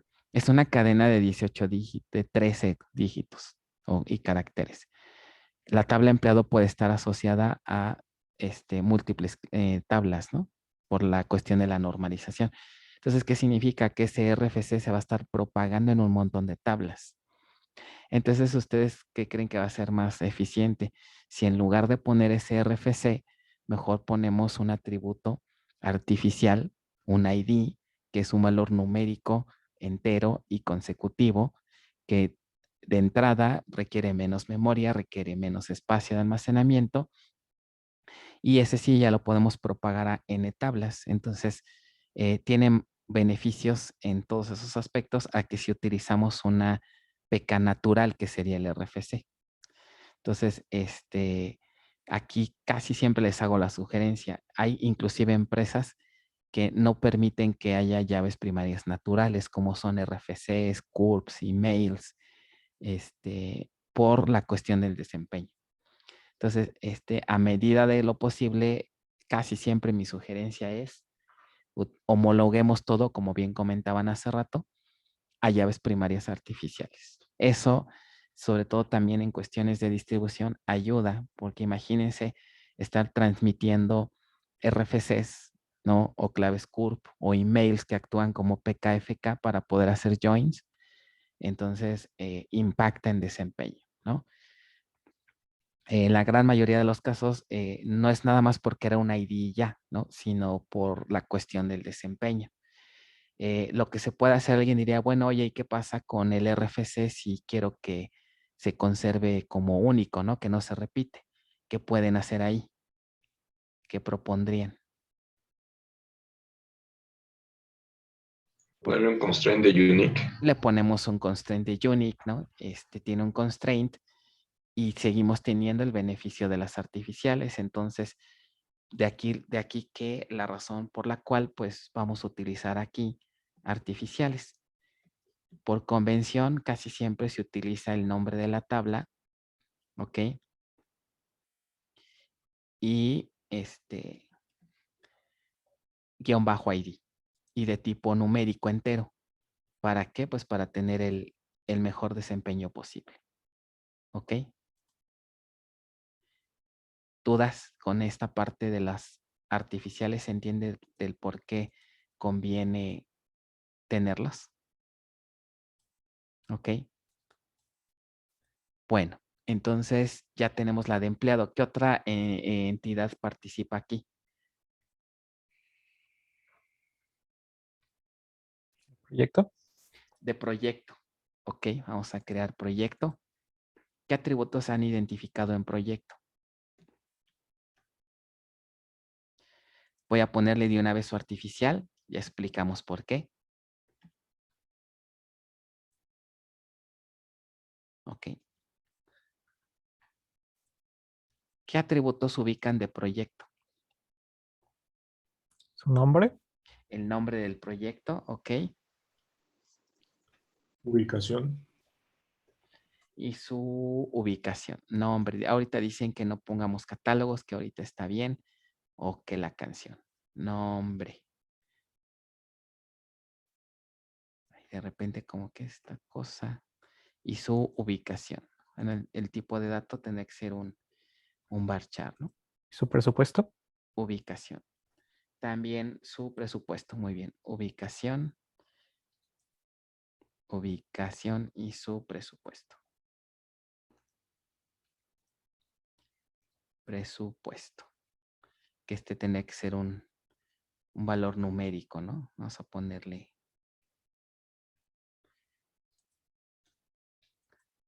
Vamos a ponerle que tenga 2 dígitos tal vez, ¿no? Hasta en centavos que pongamos el presupuesto. Ahí está. ¿Qué otra entidad ubican? Nos hablaban de un puesto, ¿no? Que el empleado tiene un puesto asignado. Pero Sí, ese puesto sería un atributo, una entidad, o ¿cómo sabríamos si pues es una entidad porque dice que es un catálogo es un que, catálogo? que contiene nombre y salario. Nombre y salario. Entonces ya con eso se justifica, ¿no? Entonces pondríamos puesto. Y su identificador voy a utilizar otra vez artificial. Ok. El valor. Ok. Que tiene un nombre. Nombre. Y el nombre es un varchar. Y tiene un salario. Salario. Y este salario sería number igual. Vamos a ponerle de... Ay, aquí ya me equivoqué, ¿verdad? No.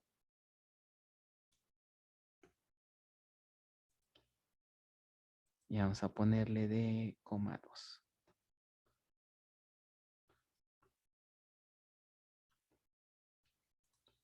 Nombre y salario. Ok.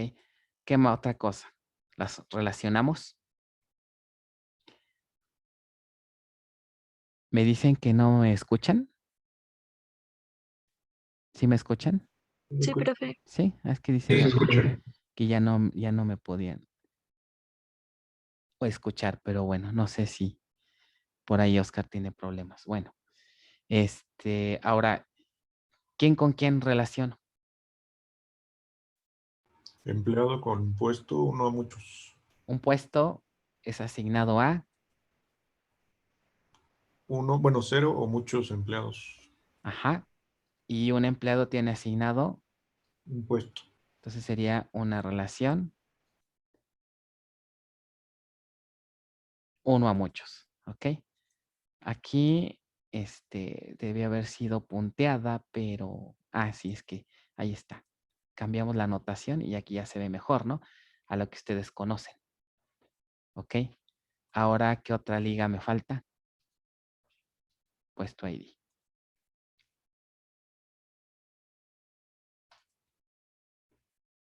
¿Qué pasa con el proyecto y el empleado? Un empleado que puede participar en varios proyectos y en un proyecto pueden participar varios empleados. ¿Es una relación de qué tipo? Muchos a muchos. Entonces necesitamos ¿qué? Una tabla intermedia. Una intermedia. ¿Ok? Y le vamos a poner ahorita asignación empleado. ¿Qué no sé? ¿Qué les dijeron en bases 1 cuando tenían una tabla intermedia? ¿Qué pasa con su llave primaria?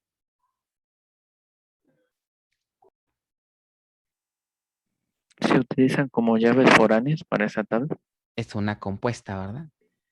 Entonces aquí vamos a decirle que va a ser identificativa para que forme parte de la PK y lo mismo para acá, ¿no?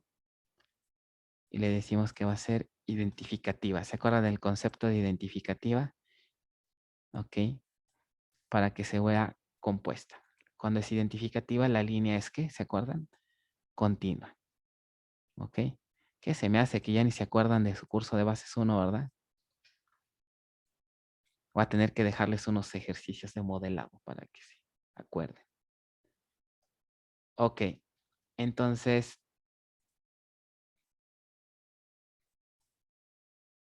ahí están. Ahora, me falta algo, ¿no? Por ahí todavía. Dice que se tiene que guardar el rol y la duración, pero eso ¿dónde tendría que ir? ¿Dónde guardo el rol y la duración en horas que ha participado un empleado en un En la proyecto? intermedia. En la intermedia, ¿todos están de acuerdo? Aquí vamos a guardar, a poner ¿qué? La duración, el rol, que sería un varchar.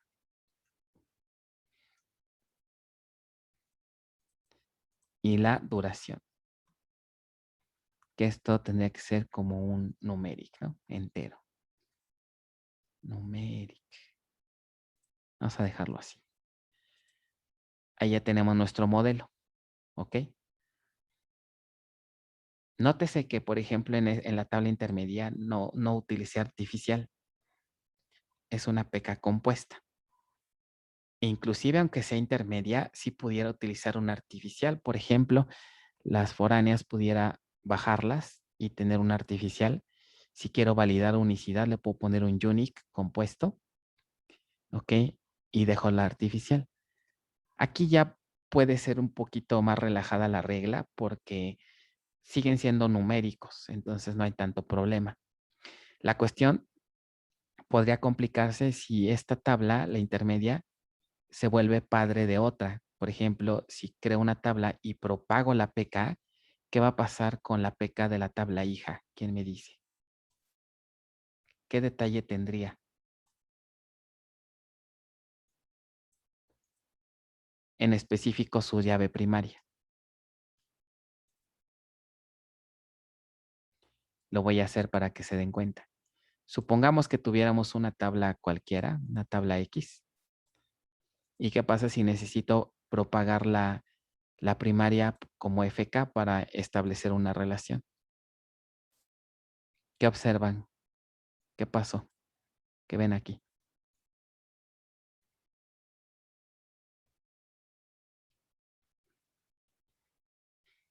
Pues se propagaron las dos que Se, eran fuera. se tienen que propagar las dos foráneas. Entonces, ¿qué detalle tendría el que estar propagando esas dos foráneas? Que ahora tienen que estarle dando mantenimiento a dos llaves foráneas.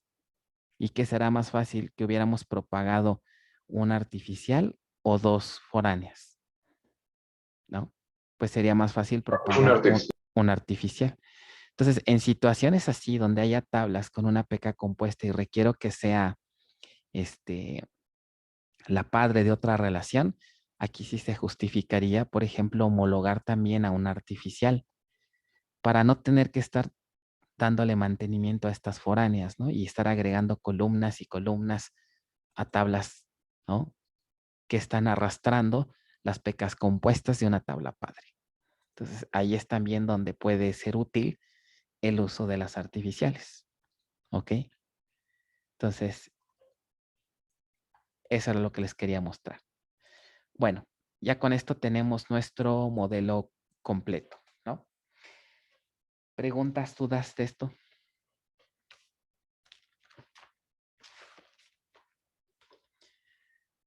Bueno, entonces voy a regresar, ya casi se nos acaba la clase. Voy a regresar aquí al PDF, que no sé dónde quedó. Yo creo que lo voy a volver a abrir. Y estamos aquí. Ok, entonces ya tenemos esta parte del modelo. Y bueno, lo que seguiría ahora pues ya es empezar con las técnicas de fragmentación. Ok, la primera que vamos a ver es la de fragmentación horizontal, pero yo creo que ya le dejamos hasta aquí, ya no nos va a dar tiempo de revisar el concepto. Esto ya lo vemos la siguiente clase basado en este modelito que acabamos de hacer. Ok. Bien, pues le dejamos si quieren hasta aquí. No sé si tengan alguna duda, algo que no se entendió de la clase, algo de sus prácticas. ¿Van bien? Bueno, la 1 ya está, pero para instalar la base, Ujú. por ahí creo que le puse los permisos al zip después de moverlos y ya después de quitar el zip ya no me dejaba ejecutarlo. Entonces lo que hice fue hacer un chmod asterisco a toda la carpeta. ¿Sabes qué? Yo te recomiendo que mejor la borres y vuelvas a hacer el unzip, porque luego hay permisos que son distintos. No todos son de lectura y escritura. Ok.